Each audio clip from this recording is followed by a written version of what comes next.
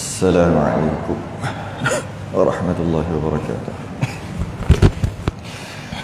الحمد لله نحمده ونستعينه ونستهديه ونستغفره ونعوذ بالله من شرور أنفسنا ومن سيئات أعمالنا. من يهده الله فلا مضل له ومن يضلل فلا هادي له. أشهد أن لا إله إلا الله وحده لا شريك له. أشهد أن سيدنا محمدا عبده ورسوله. اللهم صل وسلم وبارك على سيدنا محمد الفاتح لما أغلق والخاتم لما سبق ناصر الحق بالحق والهدي إلى صراطك المستقيم. صلى الله عليه وعلى آله وأصحابه حق قدره ومقداره العظيم. اللهم نور بالكتاب بصري وأتلق بلساني واشرح به صدري واستعمل به جسدي بحولك قوتك فإنه لا حول ولا قوة إلا بك. سبحانك لا علم لنا إلا ما علمتنا إنك أنت العليم الحكيم. ولا حول ولا قوة إلا بالله العلي العظيم. أما بعد. Alhamdulillah, sambung lagi pagi ni kitab Idaman Penuntut.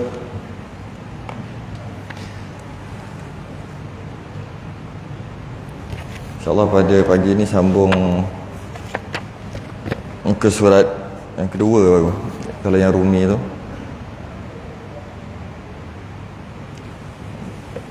yang Jawi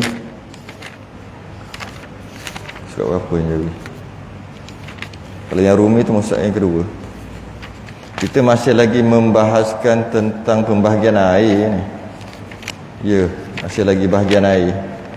Oh, muka surat 8 ni yang Jawi. Kita nak bahas lagi berkaitan dengan pembahagian air secara terperinci. Dah lepas dah air musta'mal. Air musta'mal dah lepas. Kita masuk air mutaghayyir, yang mana pada sebelum ni, pertemuan kita sebelum ni, kita dah bincang perbezaan sedikit dalam kitab kita. Dia tak membezakan, dia tidak membezakan di antara air musta'mal dengan air mutaghayyir. Tak ada beza. Air musta'mal dengan air mutaghayyir tidak dibezakan dari segi istilah. Kalau kita tengok, kita ulang sikit, air musta'mal ni air bekasan wuduk basuhan pertama, air bekasan mandi wajib juga basuhan yang pertama, dan air bekasan najis hukmi, basuh najis. Tiga tu dipanggil air musta'mal. Dan dalam kitab kita dikata air musta'mal juga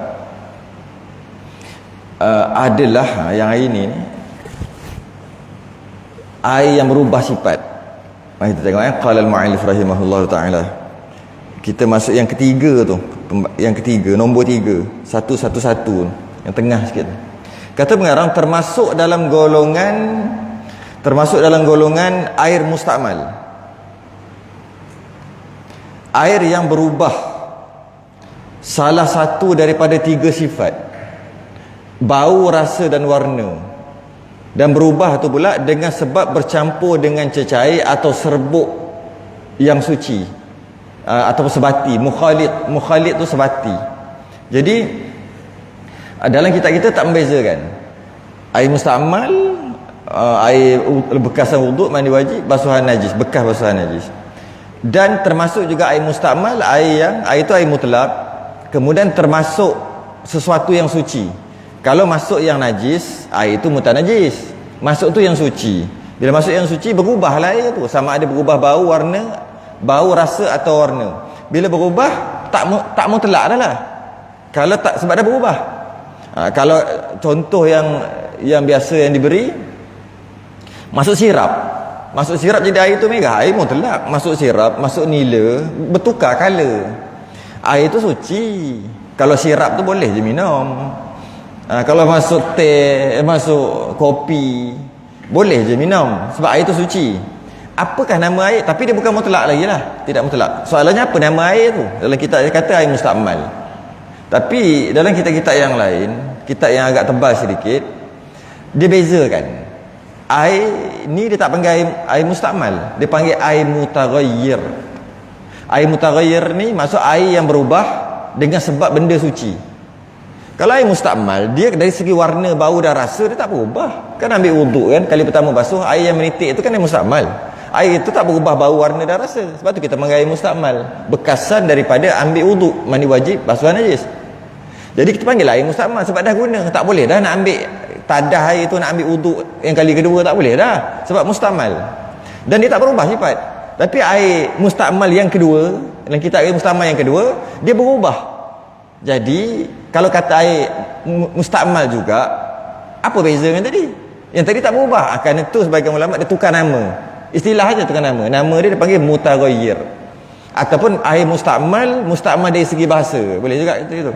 Jadi air yang berubah dengan benda suci ni suci, cuma dia tak boleh menyucikan. Tak boleh ambil wuduk dengan air syirab, air nila, air berubah, tak boleh ambil wuduk. Macam tu juga air bekasan, air mustakmal. Lepas ambil wuduk, air tu menitik, tak ada tu tak boleh juga ambil wuduk. Dua-dua tak boleh. Apa macam mana nak bezakan? Sebut air mustakmal, cerita pasal tiga benda tadi. Cerita pasal air mutaghayyir, cerita pasal air yang berubah bau, warna atau rasa. Kan lagi senang. Nanti kan air mustakmal, yang mana satu Yang bab mana? Bab air berubah dengan sirap, dengan nila ke bab air yang lepas wuduk ni? Kan dia dah jadi tak detail. Cuma dalam kitab kita kata air mustakmal juga. Jadi cantik bila dobek air mustakmal yang kedua tu termasuk dalam golongan air mustakmal? Sebenarnya bukan. Termasuk dalam golongan air mutaghayyir. Tu je beza. Mutaghayyir ni berubah. Air yang berubah. Air mutlak tapi dia berubah. Okey. Jadi berubah pula dengan apa? Dengan air mawar, dengan kopi, dengan teh, dia bagi dalam kurungan tu mukhalid ataupun sebati, ataupun dah masuk tu berubah tu tak boleh keluarkan dah. Tu dia panggil sebati lah. Kita pun panggil sebati juga, mukhalid. Masuk sirap dah berubah air, tak boleh keluarkan dah sirap. Tu dia panggil sebati ataupun mukhalid. Berubah tapi tak boleh nak asingkan dah. Mukhalid. Jadi namanya air mutaghayyir. Kita saja tarik sikit. Kalau masuk najis dia panggil air mutanajis.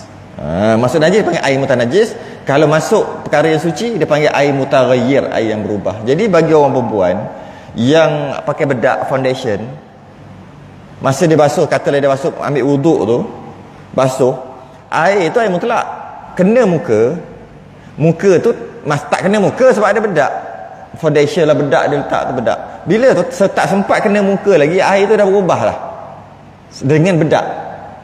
Bila gosok lagi dah berubah dah. Jadi air tu air mutlak asal, kena muka dia jadi mutaghayyir sebab bedak tu suci.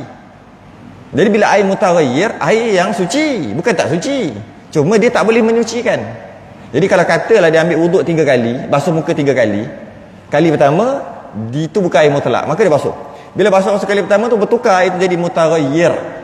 Kali kedua dia basuh, baru mutlak lah kot, takkan berubah lagi, banyak mana bedak dia pakai kat muka kan. Kali ketiga tu mutlak juga, kali ketiga basuhan tu. Jadi sebenarnya dia basuh 2 kali. Tadi tak dapat pahala 3 kali, sebab 3 kali kan sunat. Basuh 3 kali dapat pahala wuduk, basuh muka, dan dapat pahala 3, pahala meniga. Tapi tak dapat ni, sebab dia basuh 2 kali. Dia basuh 3 kali. Kali yang pertama tu tak kira basuh, sebab air tu tak mutlak, kena muka dia jadi mutaghayyir. Yang pakai tebal-tebal lah. Kalau yang pakai bedak nipis-nipis gitu je tak sempat berubah, okey lagi. Ini yang kata bedak yang agak tebal ataupun foundation tu, dia akan berubah. Jadi dari segi sah, cuma selama ni ingat dapat pahala 3 kali, tak dapat pahala 2 kali je. Kurang satu. Macam tu juga kalau sabun. Kalau sabun, katalah dia ambil air sabun cecair, sama juga, letak kat badan. Bila air kena badan untuk yang kali pertama tu, air tu tak mutlak, kena badan dia jadi mutaghayyir. Sebab sabun tu suci, tak sempat kena badan dia berubah dulu. Tapi mandi pun kita tak ada masalah lah, sebab kita mandi berapa kali, berapa minit. Kali pertama tu je kira, kali kedua dah takkan ada sabun lagi. Cuma nak beritahu, kena air mula-mula tu, setelah kalau ada sabun dekat badan, mula-mula kena air tu, itu tak menyucikan lagi. Dia jadi air mutaghayyir. Lama dalam beberapa saat dah jatuh dah air tu, masuk air, datang air baru, itu baru air penyucian yang sebenarnya. Tapi tak ada masalah, cuma dari segi status air. Okey, sambung lagi. Jadi termasuk dalam golongan air mustakmal ataupun dhabit dia air mutaghayyir, air yang berubah salah satu daripada 3 sifat, bau, rasa atau warna. Tadi saya bagi contoh warna, bau pun sama juga, rasa pun sama juga. Dia tak ada warna tapi berubah bau bila kena benda tu. Contoh yang dia bagi air mawar. Air mawar kan warna putih, yang buat mandi jenazah warna putih. Bila masuk, warna tak berubah, air mawar warna putih, tapi bau berubah. Air itu juga mutaghayyir. Ataupun rasa dari segi kelikatan tu, air berubah ataupun rasa dari segi lidah tak berubah, apa warna putih je, tapi rasa apa manis sebab masuk atau masin masuk garam atau masuk gula, berubah rasa, maka air itu mutaghayyir.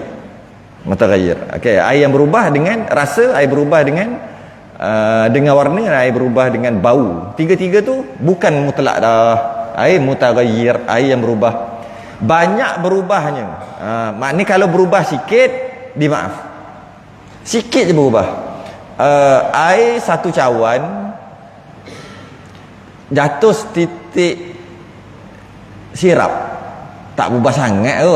Tapi ada sikit, kalau perhati betul-betul ada sikit je, dimaaf lagi, masih lagi mutlak. Sebab tu dia kata banyak berubah sehingga jadi bukan macam air. Maksudnya kalau kita letak satu sudu sirap dalam satu gelas air mutlak, kita tahu dah itu kita panggil air sirap. Air sirap bukan air saja dah. Tak sah kalau kita kata itu air. Kita kena kata air sirap dari segi nama, sebab dah berubah.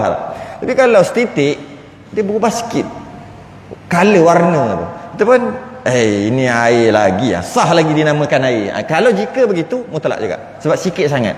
Kalau satu sudu gula, air yang berubah tu manis lah, rasa lah banyak, air mutaghayyir. Tapi kalau 10 biji tu, rasa tak? Nak kata manis ada lah, manis buah kot, kurang pada manis buah lagi, rasa ada lah, tapi tak rasa sangat. Masih lagi mutlak, sebab berubah tu sikit. Bau pun sama tak? Kalau air tu berbau dengan sebab apa-apa lah, bau ada sikit sangat, maka air tu kekal mutlak lagi, masih mutlak. Jadi yang kata tu berubah banyak, berubah sungguh berubah, maka air tu air mutaghayyir.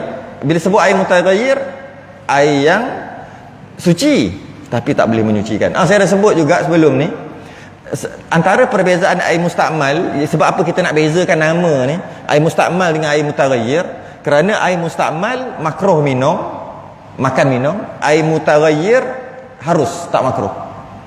Ambil wuduk, tadah, basuhan yang pertama, tadah, air itu dipanggil mustakmal lah. Muka terangkat adah kecil kemudian masak, buat air teh, makruh minum. Makruh. Sebab dia suci, air mustakmal ni suci, bukan ada najis kat muka. Kalau ada najis kat muka, air itu nama mutanajis, itu memang najis. Air itu elok aja dengan maksud suci lagi, cuma kita ambil untuk basuh tangan dengan air bekasan basuh muka tu tak boleh dah. Tapi dia suci. Katalah kita dah makan, buat masak kari ke apa, bukannya makruh. Mana lah tu. Okay. Tapi kalau air mutaghayyir, air mutlak, termasuk benda yang suci, berubah color, berubah warna, maka air itu air mutaghayyir, tak makruh. Tu beza, sebab tu nak bezakan nama tadi, nama je. Okay? Tu beza dia. Jadi kalau kata dia bagi sama ada berubah itu nampak, dilihat atau dirasa. Nampak, lihat atau rasa. Rasa tu dalam kurungan hissi. Seperti sirap, kopi, susu dan lain. Itu berubah tu, masuk susu berubah je warna putih. Dan syarat yang kedua, nak ambil susu tu keluar balik tak boleh. Maka dia panggil sebati ataupun mukhalid. Air itu air mutlak, air itu air suci tapi tak menyucikan, dia bukan lagi air mutlak. Air apa? Mustakmal, boleh juga macam kita pakai. Kita lagi detailkan, air mutaghayyir, air yang berubah dengan benda yang suci. Dia bagi contoh sirap kopi, bila tak boleh diambil balik. Lepas dah sebati tu tak boleh ambil balik. Bila dia dah bertukar tu tak boleh ambil balik. Tak boleh keluarkan biru pada nila yang telah berubah air, tak boleh. Maka dia panggil air mutaghayyir. Jenis dia pula jenis sebati atau mukhalid. Atau tidak nampak, cuma pada takdir. Takdir ni anggaran, agak-agak pada takdir, anggaran. ataupun pada hukum, boleh juga pada hukum. Bila sebut takdir, anggar, dia tak nampak pun, tapi kita anggar-anggar, kita hukumkan dia, kita anggar-anggar, itu masuk takdir. Atau tak nampak apa ni, tak nampak perubahan, bau warna dah rasa, tak ada bau warna rasa, dia cuma agak-agak anggar je. Seperti bercampur dengan air mawar yang sudah hilang baunya, dan air mustakmal tu nombor 2, nombor 1 dulu. Seperti bercampur dengan air mawar yang sudah hilang baunya. Kalau mandi jenazah ni, kadang-kadang dia lama sangat tak mandikan jenazah sebab tak ada orang meninggal. Kan? Lama-lama kapur barus tu dia boleh jadi kecil. Kerja orang mandi jenazah tahulah. Kadang-kadang kertas saja. Kalau yang dalam paket-paket tu kertas saja, dah dalam tak ada dah. Itu kalau kapur barus. Kalau air mawar ni sebab dah lama, mungkin makan tahun, patutnya kita buka tu bau mawar dah. Ini kita buka bau, tak ada bau mawar. Sebab dah apa kau panggil, expired dah. Lama sangat tak ada orang meninggal. Jadi air tu kalau masuk dalam baldi ke, dia tak berubah bau. Kalaulah dia tu air tu air mawar tadi tu masih lagi elok, dia akan mengubahkan air satu baldi. Tiba-tiba air tu dah expired, kalau masuk banyak mana pun tetap tak berubah air tu. Adakah dengan kita masuk banyak masuk, tak berubah color, tak berubah bau warna dah rasa dekat air satu baldi air mutlak tadi, adakah kekal mutlak sebab tak berubah? Sebab air mutaghayyir ni air yang berubah, itu tak berubah pun. Sebab masuk mawar tadi, adakah air itu kekal mutlak? Tidak. Sebab tu dia kata pada takdir, anggaran, kena anggarkan. Kalau anggarkan macam mana? Kalau katakanlah masuk satu sudu, satu sudu masuk ke dalam satu baldi, katakanlah air mawar tu elok lagi, itu masuk takdir tu. Agak-agak bau tak? Jika bau pula banyak ke sikit tadi, sebati memang sebati lah, sebab dah masuk air mawar tadi tu, yang expired tadi tak boleh keluarkan dah. Berbau tak satu baldi tu? Bau sikit dimaafkan, kekal mutlak. Bau banyak, bau mawar dah air tu, satu baldi tu dengan satu sudu air mawar. Agak-agak, kalau agak-agak dia berubah, bau kuat, maka air tu air mutaghayyir juga ataupun air mustakmal juga, tak ada suci, tak boleh menyucikan walaupun tak berubah. Itu masuk takdir, ditakdirkan. Dari segi sebab air mawar ni bau, dari segi baunya kena ditakdirkan. Jadi kalau kata satu sudu masuk satu baldi, saya rasa tak berubah lagi bau, kan? Kalau berubah pun berubah sikit, yang sangat sikit, bau tak bau aje. Tapi kalau satu gelas masuk dalam satu baldi, berubah. Jadi kalau air mawar expired, tu contoh aja, buatlah contoh yang lain, masuk ke dalam baldi satu gelas, maka air itu air tidak mutlak, walaupun bau warna rasa tak berubah, memang macam air betul ni, air mutlak, tetap juga dia mutaghayyir, suci, tapi dia tidak menyucikan. Cuma yang dia bagi contoh tentang air mawar dari segi bau saja. Sebenarnya kita kena takdirkan dua lagi, dari segi rasa pun kena takdir atau kena agak juga. Kalau katalah kita ambil satu sudu tadi, satu sudu air mawar masuk dalam satu baldi, air itu mutlak ke mutaghayyir? Boleh ambil wuduk ke tak boleh? Boleh menyucikan ke tak boleh? Boleh memandikan jenazah ke tak boleh? Tak boleh, itu maksud tak boleh mengangkat hukum mandi jenazah. Kita pun kata satu sudu air mawar, dia berubah tapi sikit sangat, okey, mutlak lagi. Cukup ke sekadar tu? Tak cukup lagi, kena takdirkan, kena agak dua benda lagi. Dari segi rasa pula, tadi dari segi bau, dari segi rasa. Kalau satu sudu tu air gula, takdirkan masuk ke dalam, kalau dalam hukum asal bukan air gula, air delima.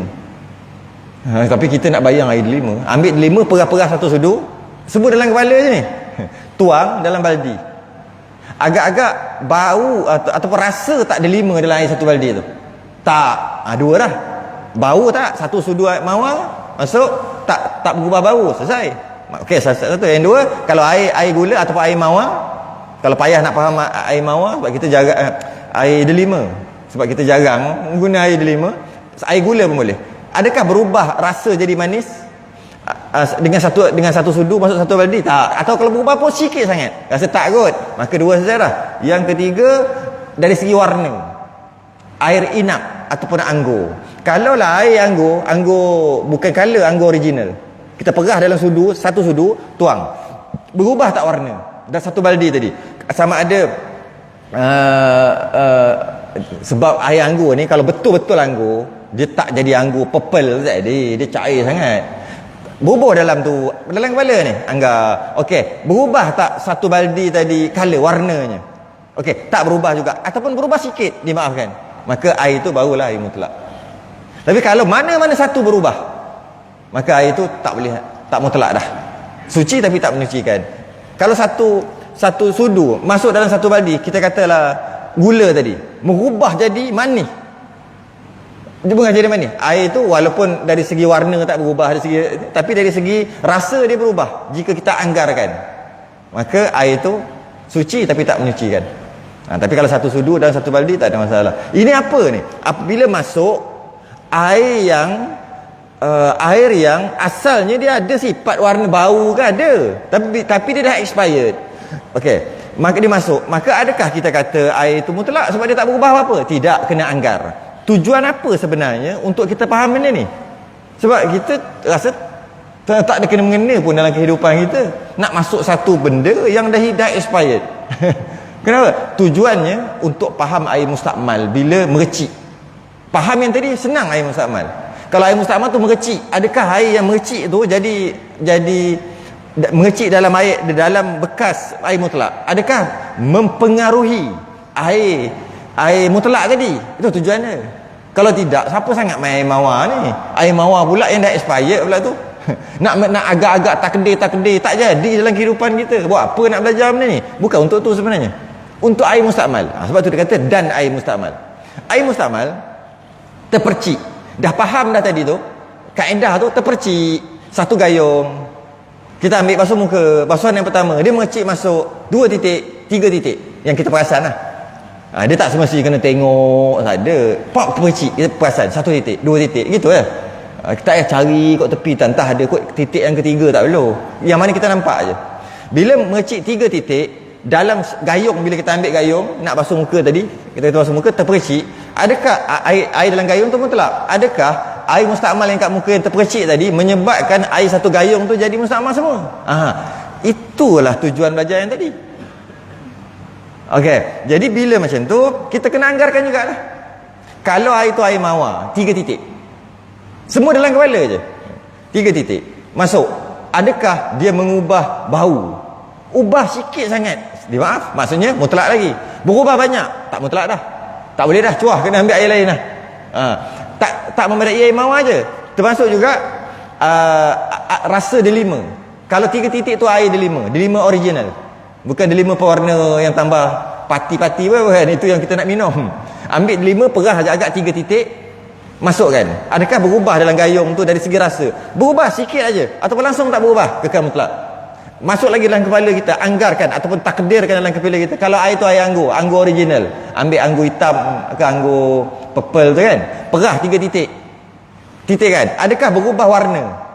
Sama ada kalau berubah sikit, masih lagi mutlak dalam gayung tadi. Berubah, tak berubah langsung, kekal mutlak. Berubah baru jadi air mutaghayyir, tak mutlak dah. Semua main dengan kepala. okey dah, maka air tu kekal mutlak contoh. Tapi kalau kita ambil satu baldi air mutlak, kita ambil, kita basuh muka ketika kena ambil wudu, air itu jatuh, bukan sikit-sikit, mengecik lah, jatuh, kita boleh anggar terus, mustakmal dah satu baldi ni. Sebab kita anggarkan 3 benda tadi tu lah. Jadi kalau merecik, biasanya tak ada masalah, tak perlulah nak ambil gayung tu letak jauh.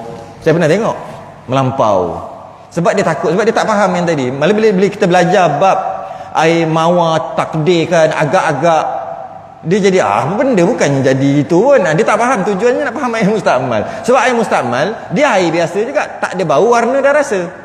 Air mawar yang dah hilang sifat, dia sama macam air juga. Itu tujuannya, untuk kita faham benda ni. Jadi kuantiti air tadi tu, air tu dia anggarkan air anggur, air delima, air mawar, dia anggarkan berapa banyak yang masuk tu. Dia panggil, kalau istilah tu dia panggil air mutaghayyir takdiri. Tak payah fikir tu tak ya. Maksudnya air mutaghayyir, air yang berubah tadi, tapi jenis takdir, fikir aja. Sebab air kopi tu bukan takdir dah. Memang real, nampak kat mata bertukar jadi hitam. Tak payah nak takdir dah. Memang tak payah nak anggar-anggar dah. Memang dia berubah. Okey. Okey, itu dalam kitab kita. Adakah ianya pendapat muktamad? Maksudnya mesti ke kena takdir gitu? Mesti kena anggar. Ada khilaf di sini. Sebahagian ulama mengatakan kaedah fiqh al-yaqinu la yuzalu bisyak. Yakin akan sentiasa menang, syak tak akan boleh mengubah yakin. Maka air yang terpercik tu, air yang terpercik tadi tu, yang hilang sifat tadi tu, kekal mutlak, kerana selagi dia tak berubah, dia tu tak berubah. Okay. Tak berubah bau, warna, rasa. Tak berubah, tak berubah. Tak payah nak takdir. Ada juga kata gitu. Nak kata air itu tidak mutlak dah, dia kena yakin sungguh-sungguh. Sama ada berubah bau, warna, terasa. Berubah tak? Tak berubah. Tak berubah, tak berubah. Ada begitu. Sebagian ulama kata gitu. Dalam kitab kita, dia kata tidak. Kena takdirkan, kena anggarkan. Anggarkan. Okey. Jadi air mustakmal lepas ni tak payahlah. Kalau macam dalam kolah tu kan, kolah yang lebih 2 kolah tak apa, sebab kita tahu air tu kuat. Maka selagi tak berubah, air tu kekal mutlak, yang biasa banyak-banyak kolah yang ada. Tapi kalau kolah rumah kita kampung dulu ke, tak sampai 2 kolah, kecil sikit. Kalau kita ukur memang tak sampai. Masa kita nak ambil wuduk tu, duduk main duduk jauh-jauh tak perlu lah. Ambil wuduk macam biasa, perkecil, anggar je. Anggar je, tak payah. Dan air gayung pun, ambil dalam gayung pun tak payah letak jauh-jauh lah. Tak perlu jauh-jauh. Tu kalau pakai gayung. Sekarang pakai pipe, lagi lah tak ada apa-apa. Maka air ini hukumnya sama macam air mustamal. Saya kata air ini apa? Air yang berubah, air yang tak berubah. Air yang tak berubah. Tapi termasuk bila kita takdirkan tak berubah. Jadi air ini hukum dia macam air, kalau berubah, air ini macam air mustamal dari segi tidak sah dibuat bersuci dengan dia. Kalau sama ada air tu masuk air kopi, bertukar color dengan mata kita, tak boleh buat. Hukum sama macam mustakmal dari segi tak boleh buat bersuci, betul, kita faham. Air sirap yang berubah, ataupun secara takdir tadi sama macam air mustakmal, iaitu tak boleh buat, tak boleh berwuduk dah, tak boleh buat bersuci dah. Okey, hukum dia air mustakmal. Okey, tak susah pun ni. Sebaliknya, jika bercampur dengan sesuatu benda yang suci, itu sedikit. Saya dah sebut awal-awal dah. Tak baca kitab lagi sebut dah. Kalau berubah tu sikit, berubah tapi sikit, dan berubahnya sedikit, tidak hilang nama air. Sebab sikit sangat. Bau, okey, tak ada bau. Bau sikit, ada bau sikit-sikit. Betul, hilang balik bau. Ada lah, sikit-sikit. Maka tidak hilang nama air. Masih lagi kita kata air, ataupun dengan maksud masih lagi mutlak. Yang saya dah sebut awal tadi, baru baca. Seperti bercampur dengan cecair yang sama sifatnya dengan air, maka air ini masih lagi suci, lagi menyucikan. Yalah. Masuk apa-apa pun, walaupun masuk sirap, kopi, teh, apa sekalipun, tapi ubah dia sikit sangat, maka masih lagi air itu air mutlak. Air itu masih lagi air itu air mutlak, tidak jadi air mustakmal atau air mutaghayyir, tak, kekal mutlak, sebab berubah tu sedikit. Cuma yang susahnya, sedikit atau banyak ni macam mana nak kata? Kadang-kadang orang kata bau banyak ni, orang kata sikit je tu. Dia bukan ada nak ukur kot mana. Maka di sini uruf ataupun adat, al-adatu muhakkamatun, tak ada kadar yang tertentu, berubah sikit atau banyak, macam ni namanya sikit, macam ni nama banyak, tak ada. Dia kata ada agak-agak uruf. Rasa-rasa kalau tanya 100 orang, itu pun sama juga, semua main dalam otak. Tanya 100 orang, dia kata berubah banyak ke sikit? Kita agak 90 orang kata berubah sikit ni, kita agak gitu lah. Okey, sebab mungkin 10 orang tu hidung dia kuat sangat. Bau terlebih, mata dia lebih tajam daripada mata orang biasa, mungkin jadi gitu. Maka dia kata berubah banyak ni. Tapi kalau tanya 100 orang, 90 orang kata buat sikit je ni, maka sikit. Tu lah. Nak kata nak cari kadar tu tak ada. Kita boleh agak-agak begitu aja. Adat, uruf aja. Macam tu dari segi bau, rasa pun sama. Cuba rasa. Berubah banyak ni. Berasa air gula. Okay? Cuba rasa. Rasa air gula. Rasa air gula. Semua rasa air gula. Kata maknanya air tu bukan mutlak dah lah.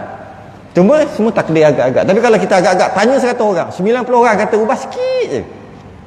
10 orang je kata berubah banyak. Maka ya 10 orang tak boleh pakai lah. Ini bukan suka tanya. Sebab tu kata nak tentukan sedikit dan banyak tu. Sedikit dan banyak tu adalah mengikut uruf. Dia sama sebenarnya dalam bab-bab lain pun sama. Bab uruf ni. Kalau semayang kan kita kalau semayang jemaah kan tak boleh baca panjang-panjang. Sebab kat belakang tu macam-macam orang kan. Ada sakit, ada macam-macam budak-budak lah, ada kerja kan. Nabi suruh baca pendek-pendek. Jangan baca panjang-panjang. Sama juga. Di mana ada satu pendek bermakna 3 ayat. Masuk 4 ayat panjang. Ada gitu? Tak ada. Dia huruf. Habis kalau macam mana kalau orang kata Nabi tak bagi baca panjang-panjang? Tahu tak? 3 ayat tu panjang. Macam mana? Dia ni kata 3 ayat panjang sebab dia tahfiz. Satu muka, satu lay tu masih lagi pendek sebab dia tahfiz. Macam mana kalau baca satu lay? Sebab tu kata pendek panjang tu pun dia bukannya ada kayu hukum. Tak ada. Kalau orang ramai semua kata kat situ, macam mana kalau 3 ayat itu adalah panjang? Adakah kena baca 2 ayat aja? Habis semua boleh kata majoriti, ada 100 orang makmum, 95 orang kata 3 ayat tu panjang. Macam mana? 3 ayat tu panjang. Yang pendek ni makna inna ataina. Makna kalau dia baca je wadduha, panjang dosa. Nabi kata jangan baca panjang-panjang. Kau baca panjang. Ada orang pula dia kalau satu muka tu celah gigi je. Satu lay tu celah gigi je bagi dia. Sebab dia memang mulut dia baca Quran, kata dia hafal.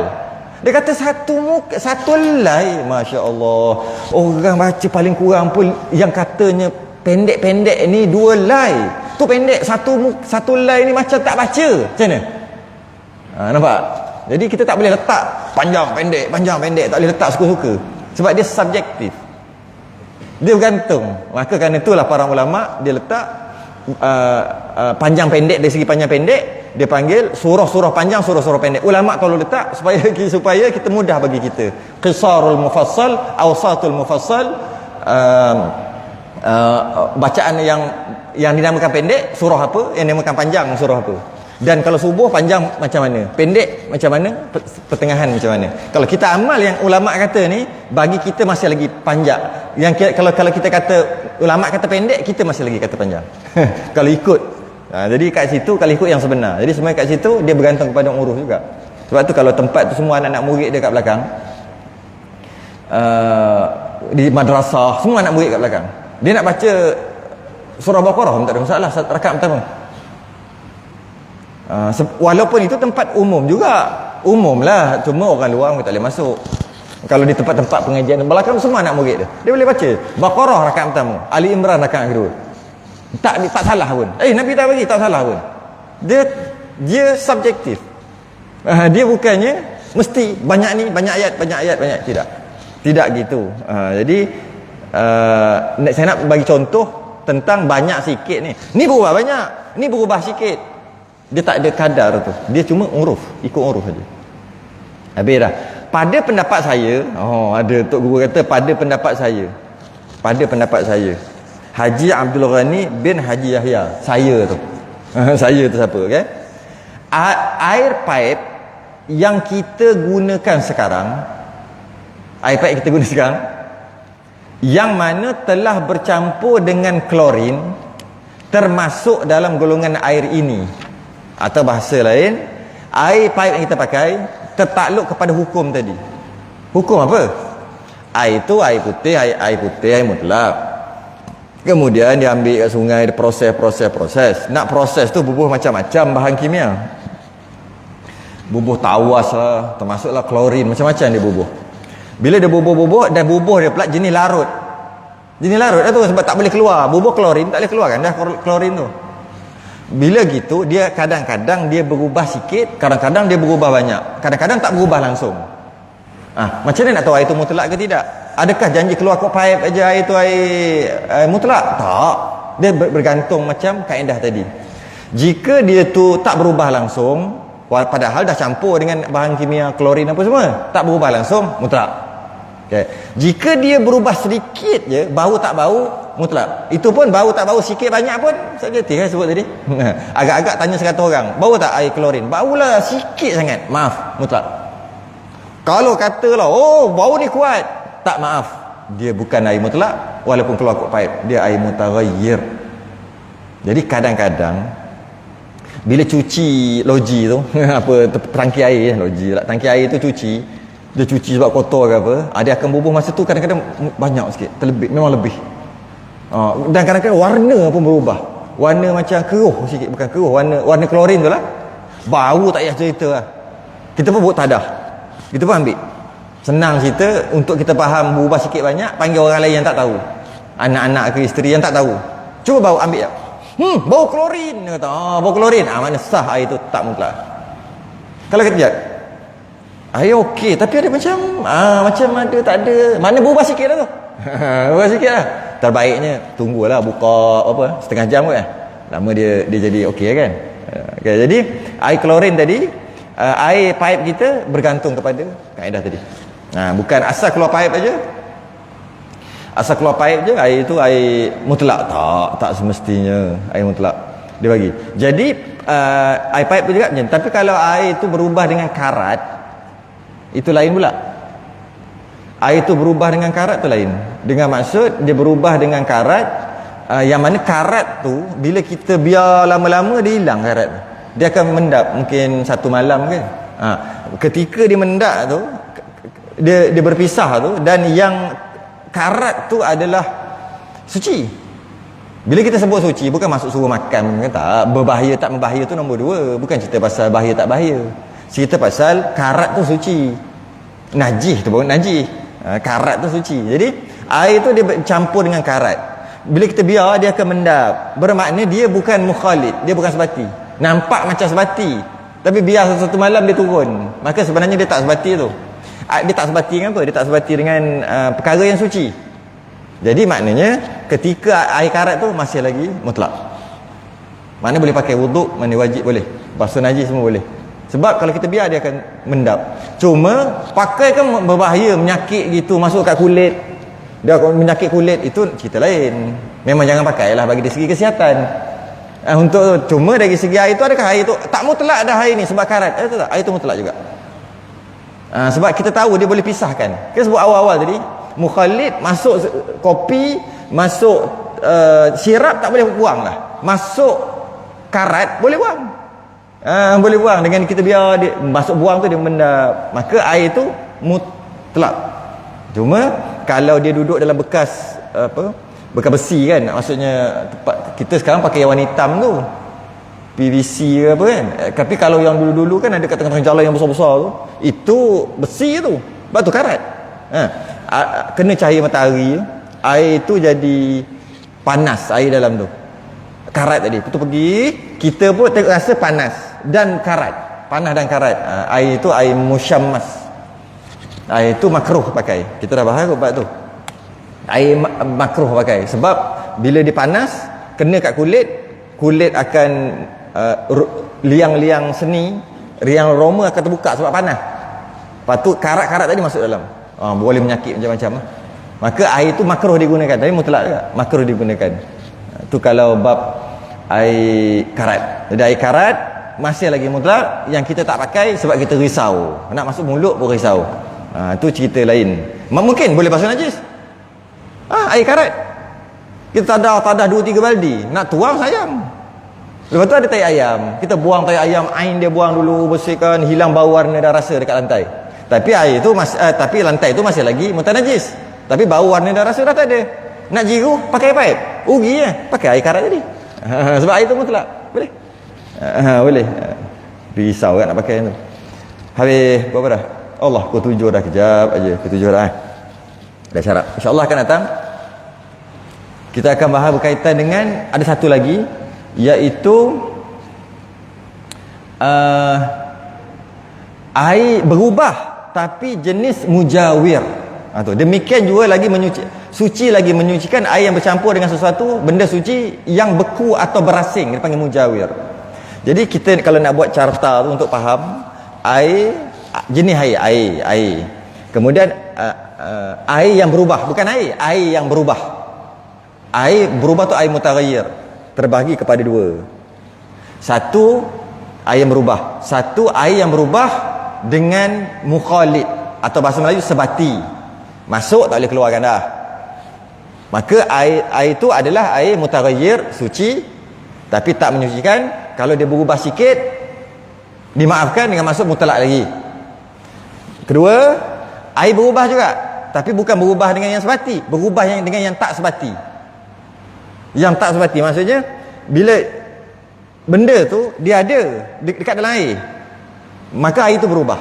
Kita pun boleh ambil benda tu buang, boleh asingkan. Bila kita asingkan benda tu balik, buang, air tu berubah jadi berbau dengan sebab benda tadi. Benda tu suci lah, bukan najis. Kalau najis pun tak najis lah, benda tu suci.